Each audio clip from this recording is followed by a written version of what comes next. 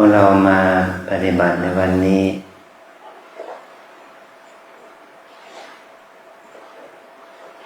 ไม่เสียดายเวลาไปเล่นน้ำเหรอไม่เสียดายนะขอบคุณ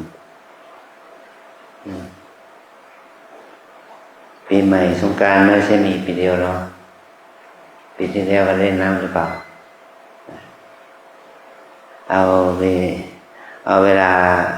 ของชีวิตในช่วงนี้มาส่งน้ำพระเอาเวลาของชีวิตในช่วงนี้สงจิตสงใจตัวเองนะเราได้ปฏิบัติธรรมนะจะได้มีโอกาสปฏิบัติธรรม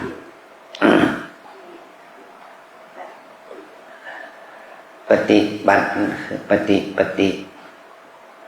ปฏิแปลว่าเฉพาะปฏิแปลว่าตรงไปปฏิบัติแบบตรงไปเฉพาะให้เราทั้งหลายใส่ใจดูแลเอาใจใส่ตัวเราเองในขณะที่เรายืนเดินนั่งนอนอยู่ถ้าเรามีสติสัมปชัญญะก็จะทำให้สภาวะจิตของเรานั้นมีความรู้มีปัญญามีความใส่ใจในการเดินยืนนั่งนอนนี่เพื่อให้เกิดมหากุศลเกิดบุญแก่ตัวเราเองนี่เราเรียกว่าบุญภาวนาบุญมี3ประเภทโดยย่อนะ3ประเภทบุญทานเราเอาอะไรมาทำทานบ้างเอาอะไรมาบ้างเนี่ยบุญทานเอาปัจจัยสิติดตัวมาไหมเอามาทำทานไหมทำทานบำรุงวัดค่าน้ำค่าไฟชำระหนี้สงฆ์อย่างนี้เป็นต้นนะทำบุญทำทานสำหรับอาหารใส่บาตรพระเนรนี่คือบุญทานเรามีไม่มากไม่รู้ว่าจะเป็นค่ามันไม่รู้ว่าจะเพียงพอกับการมีค่ารถกลับบ้านหรือเปล่าอันที่สองเราทำบุญประเภทที่สองคือบุญที่เกิดจากการมีจิตดำรงที่จะรักษาศีลเรารู้อยู่แล้วว่าเรามาวัดเราจะต้องรักษาศีลนะไม่ใช่ว่าศีล5เป็นศีล8นะเรามารักษาศีล8ข้อที่สำคัญที่สุดก็คือเราจะต้องไม่ทานอาหารเย็นหรอกหิวเนาะสนใจไหมยินดีที่จะประพฤติปฏิบัติเพื่อให้เรารักษาศีลข้อ6ตั้งแต่หลังเที่ยงวันจนถึงเช้าขึ้นวันใหม่ไม่ทานอาหารไม่ทานขนมผลไม้นะนั่นเป็นการยากไหมรู้สึกหิวเป็นการยากนะข้อที่7งดเว้นจากการขับร้องดื่มสีตีเป่ารูปไร้ของหอมประดับตกแต่งอันนี้ก็เป็นการฝึกให้เราไม่ต้องเอาของเหล่านี้มาอวดกันไม่ต้องเอาสร้อยเอาแหวนมาอวดกันไม่ต้องมาเอาเครื่องประดับตกแต่งมาอวดกันซึ่งจะเป็นเหตุให้คนอื่นและตัวเราเองนั้นมีกิเลสเกิดขึ้นนะเขามีค่าบางทีคนอื่นเขาก็มีความอยากได้ของเราด้วยนะดีไม่ดีของหายแล้วคนบางคนมันชอบอวดเขาทำให้จะไม่ของนั้นหายได้เพราะคนบางคนนี่รักษาศีลข้อที่2ไม่ได้เนาะ ลักขโมยมันมีบางช่วงในอดีตนะที่เรายังไม่ได้ออกกฎระเบียบนี้ขึ้นมาชอบเอาเครื่องมือสื่อสารมาอวดกันสมัยก่อนมันในเครื่องโทรศัพท์มือถือมันเป็นของหายากเนาะโทรศัพท์ก็หายทุกคนที่อยู่ในการบ้างเพื่อนข้างห้องบ้างคลักขโมยก็หายของหายนะเราจึงไม่อยากให้อยู่ที่ต้องสูญเสียทรัพย์สินนะไม่ต้องเอามาอวดกันเก็บให้เก็บที่เอามาฝากเจ้าที่เขาเสียอย่างนี้เป็นต้นนะ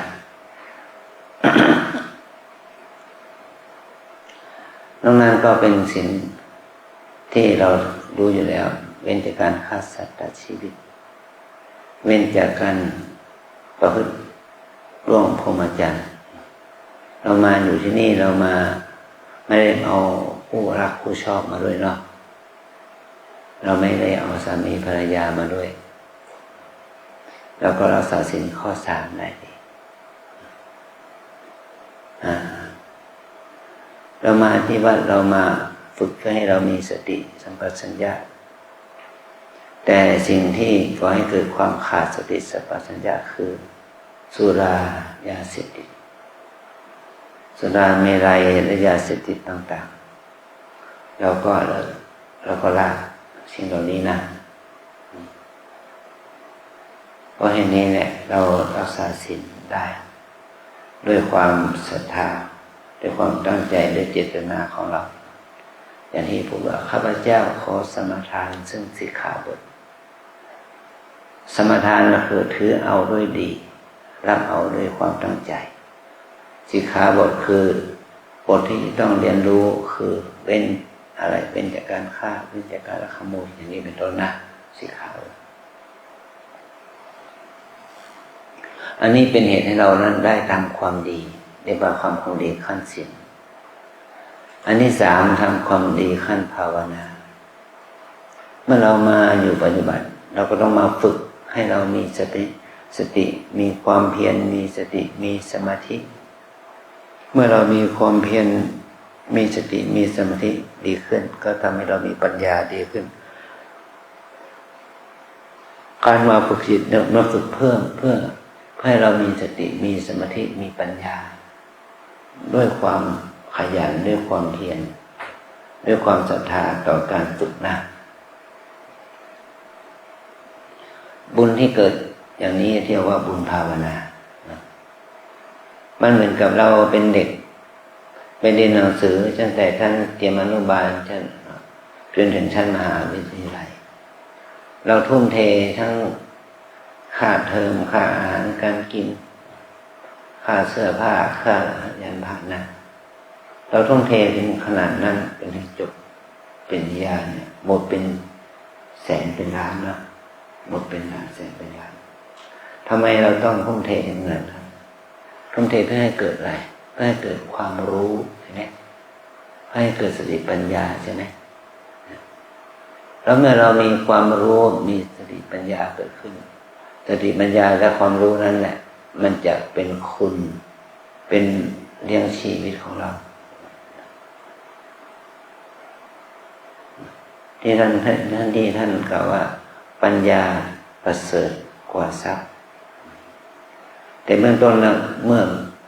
ต้องมีทรัพย์ก่อนเพื่อทำให้เรามีสติปัญญาเราพ่อแม่ก็มีทรัพย์เลี้ยงลูกเพื่อให้ลูกเติบโตและเข้าเรียนได้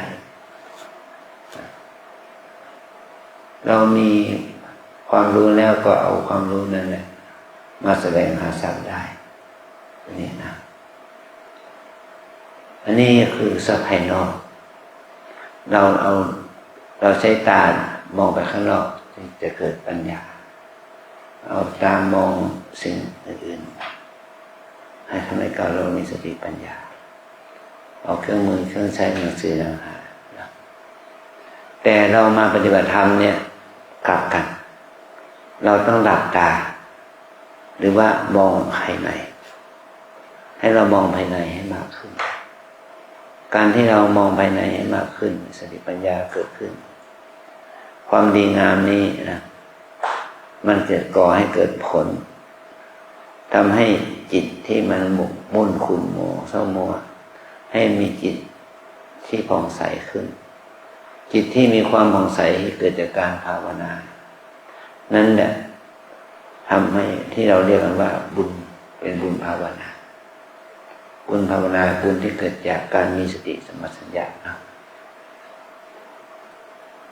เราจะต้องเอาใจใส่ตัวเองให้ดีแม้ว่าเราจะมา3 วันก็ให้เป็น3 วันที่มีค่าพระพุทธเจ้าพระธรรมสงฆ์มี3 อย่างนะพระรัตนตรัยรัตนะแปลว่าแก้วไตรแปลว่า3เราเอาวัน3 วันนี้เอามาเป็นมีค่าให้มีค่ามันก็ว่าวันหนึ่งเราจะต้องบูชาพระพุทธเจ้าพระธรรมพระสงฆ์นะในวันหนึ่งก็ยังดีเนาะ3 วันก็ยังดีก็ดีมากขึ้นนะเมื่อกี้เนี่ยมีโยคีเขามาสอบอารมณ์กับอาจารย์เป็นไงโยมอาจารย์ถามนะหนักมากวุ่นวายกระสับกระส่ายดิ้นรนปรับตัวยังไม่ได้เราต้องยอมรับความเป็นจริงเนาะวันแรกเนี่ยก็ปรับตัวไม่ได้ปวดเจ็บมือขบไปหมดจริงไหมโยคีนั่งก็ปวดเนาะเจ็บไหม ปวดเจ็บนินชาไปหมดเนี่ยมันปรับตัวไม่ได้เพราะว่าอยู่ข้างนอกนี่เราอยู่ในท่าในกิริยาที่สบายเดินยืนนั่งตามที่เราจะสะดวกสบายใช่ไหมแต่มาที่นี่เขาให้เรานั่งขัดสมาธิเขาให้เรานั่งพักเพียบนั่งท่าที่ดูดีแต่เรารู้สึกว่ามันไม่โอเคกับเราเนาะแต่รู้สึกว่ามันปวดเจ็บไปหมดเนี่ยนะเราต้องอาศัยความอดทนอาศัยความเพียรความอดทนอันนี้ถึงแต่ว่านี่คือว่าเราได้ฝึกตัวเองนะการฝึกตัวเองก็ต้องไม่ใหม่ๆมันก็รู้สึกเหนื่อยล้าแต่ถ้าเราฝึกไปมากขึ้นมันจะทำให้ดีขึ้นนะอาศัยความมีความอดทนมีความอดทนที่จะฝึกความอดทนนี่แหละจะฝึกให้เราได้ดีขึ้นนะที่เมื่อกี้แม่ชีท่านสาธิตวิธีการกราบเราฝึกกราบฝึกเป็นไหมฝึกเป็นหรือยังฝึกนะฝึกกราบสติปัฏฐานฝึกให้เรามีสติสัมปชัญญะฝึกให้เรามีความอดทนที่จะนั่งพับเพียบนั่งท่าเทพธิดานั่นแหละนั่งท่าที่นั่งทับเท้าแล้วก็ปวดเจ็บชาเด็กเกิดขึ้นอันนี้เป็นการฝึกตัวเองนะฝึกเพื่อให้เรารู้จักวิธีการเดินอย่างได้บุญเดินได้บุญกราบได้บุญแล้วก็ให้เดินได้บุญเลยลุกขึ้นยืนได้บุญเดินได้บุญเมื่อเราเดินไปเดินกลับก็ทำให้เรารู้สึกเมื่อยล้าปวดเจ็บนะอยากจะพักท่านจึงให้เวลาแก่เราเดินประมาณสัก15 นาทีก็ทนไหวนะทนไหวเนาะถ้าเดินเรา20-30 นาทีก็เดินไม่ไหวละมันเหมือนกับเราทำงานนั่นแหละถ้าทำงานมากเกินไปเราก็เหนื่อยได้เราปฏิบัติมากเกินไปเราก็สู้ไม่ไหวอย่างนี้แหละในวันแรกเนาะเมื่อเวลาสมควรที่จะได้พักขอให้เรานั่งเราให้นั่งขัดสมาธินั่งขัดสมาธินั่งเอาเท้าขวาทับเท้าซ้ายก็ได้หรือเอาเท้าขวา เอาเท้าซ้ายสอดที่ขาพับขวาส่วนเท้าขวาแตะหน้าแข้งซ้ายอย่างนี้นะมันจะทำให้เรารู้สึกเป็นยังไงล่ะปวดเจ็บชาเหน็บภายใน5 นาที 10 นาทีนะแล้วโยคีเนาะตอนนี้ปวดไหมปวดเนาะเนี่ยเล่นบทเรียนแล้วบทเรียนเม้นแต่นั่งก็ยังปวดเจ็บชาเหน็บเนี่ยให้เราฝึกความอดทนปวดก็มีสติกำหนดว่าปวดหนอปวดหนอไปอย่างนั้นนะเจ็บก็คำนวณว่าเจ็บหนอเจ็บหนอชาหนอชาหนอทุกหนอทุกหนอเอาตามที่มันเกิดนะเรานั่งอยู่นี่เราหายใจเข้าหายใจออกมีไหมเราหายใจเข้าออกอยู่ไหมมีเนาะก็ให้เรามีสติกำหนดรู้ว่าการหายใจเข้าออกนะหายใจเข้าให้รู้ว่าหายใจเข้าหายใจออกรู้ว่าหายใจออกหายใจเข้ามันกับเราเป่าลมเข้าลูกโป่งอ่ะหายใจเข้าท้องมันจะพองหายใจออกท้องมันจะยุบนะนี่คือเหมือนกับเราฝึกเป่าลมเข้าลูกโป่งนะหายใจเข้าท้องพองหายใจออกท้องยุบให้ฝึกอย่างนี้ไปเรื่อยๆมันจะทำให้เราหายใจเข้าออกสะดวกขึ้นสบายขึ้นแต่วันแรกๆเราจะรู้สึกอึดอัดหายใจไม่ทั่วท้องหายใจไวเกินไปนะเราฝึกเพื่อให้หายใจเบาๆหายใจช้าๆไม่ใช่หายใจไปด้วยเครียดไปด้วยอย่างนี้ไม่ได้นะไม่ต้องหายใจด้วยความเครียดนะคุณแม่หายใจสบายไหมนะคุณแม่โยมรู้สึกหายใจได้ดีไหมโยมหายใจได้ดีไหม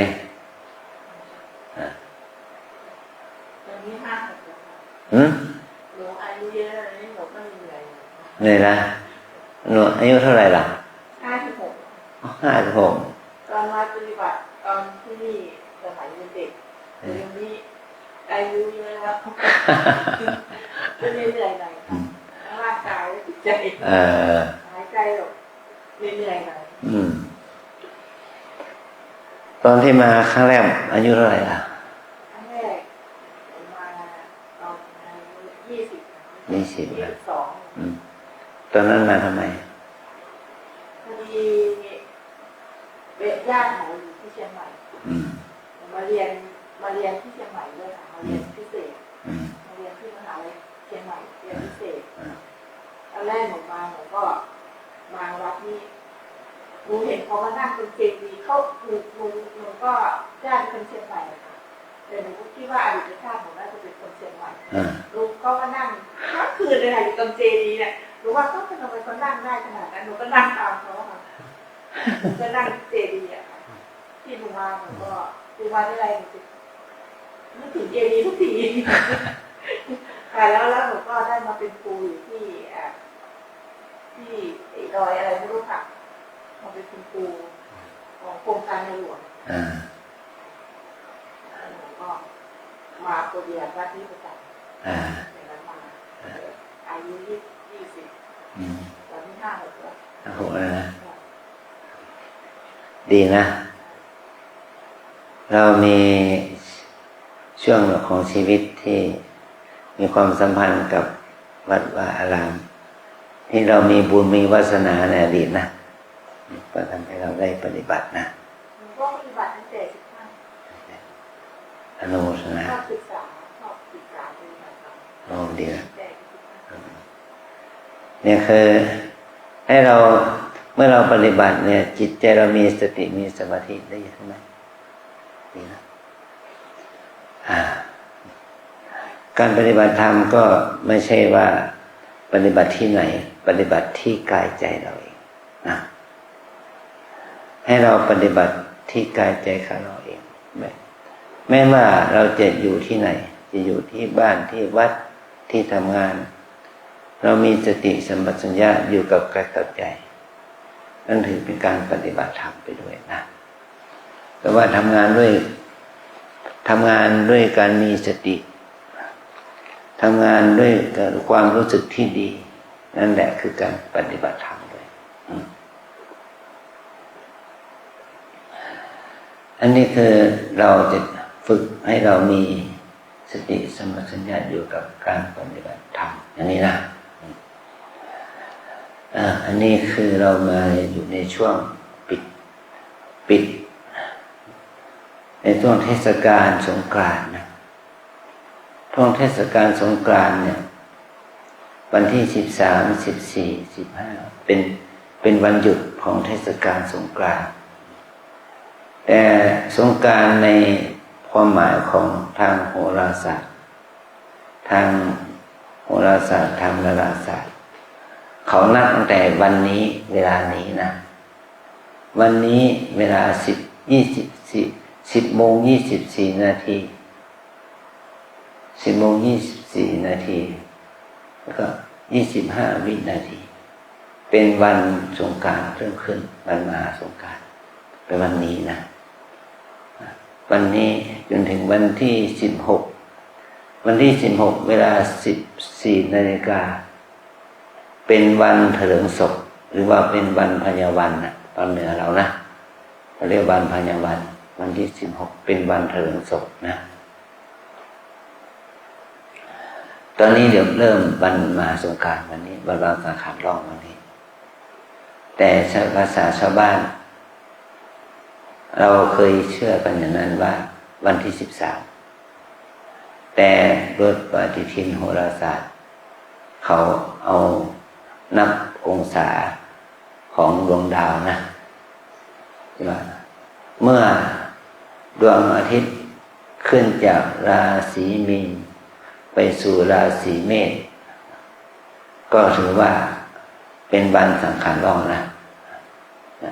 เป็นช่วงที่ดวงอาทิตย์มีองศาขยับองศาออกมาจึงจะทำให้เรารู้สึกร้อนขึ้นนะเพราะว่าแสงอาทิตย์ที่ส่องมาทางโลกเนี่ยมันตรงขึ้นมันไม่เอียงองศามากขึ้นมันตรงมากขึ้นจึงจะทำให้เรารู้สึกปั่นป่วนทางร่างกายนะนี่เราเอาเวลาเหล่านี้มาประพฤติปฏิบัติ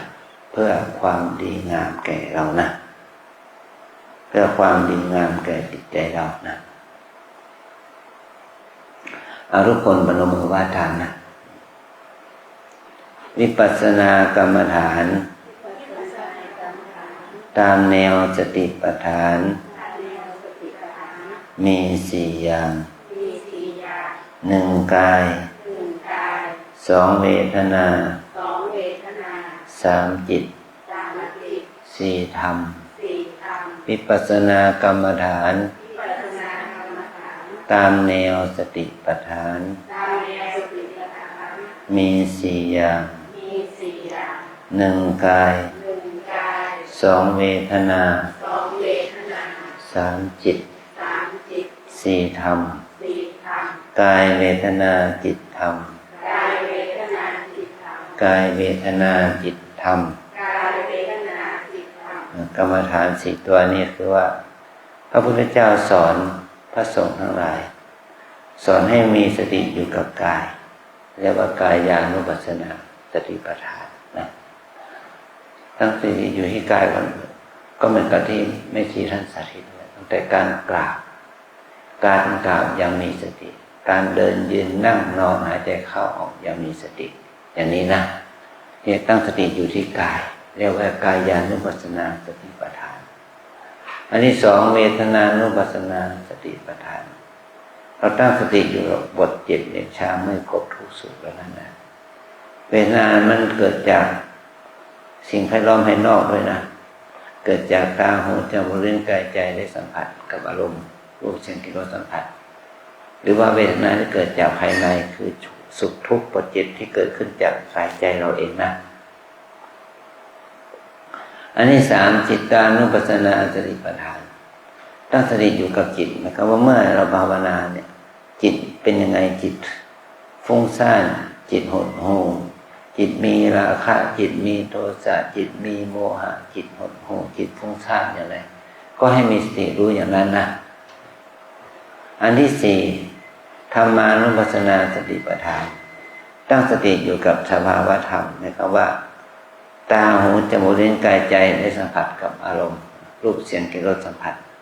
จากภายนอกแล้วเกิดความรู้สึกชอบไม่ชอบห่วงฟุ้งสงสัยนะความรู้สึกชอบไม่ชอบห่วงฟุ้งสงสัยที่เกิดขึ้นนะมันจะเป็นนี่คือตัวกิเลสนะตัวกิเลสมันเกิดขึ้นเรามีสติกำหนดรู้อาการชอบไม่ชอบห่วงฟุ้งสงสัยนั่นแหละแล้วจะทำให้เราดีขึ้นชอบไม่ชอบห่วงฟุ้งสงสัยขอให้เราตั้งใจทำปฏิบัตินะกินน้อยนอนน้อยพูดน้อยแล้วปฏิบัติให้มากขึ้นนะเอาใจใส่ดูแลตัวเองอย่างนี้สิต่อไปนะเดิน15นั่ง15หรือคนเก่าเดิน30นั่ง30ก็ได้เนาะทำไปให้ได้บุญมากที่สุดเท่าที่จะมากได้ในช่วงสงกรานต์นี้เนาะอนุโมทนา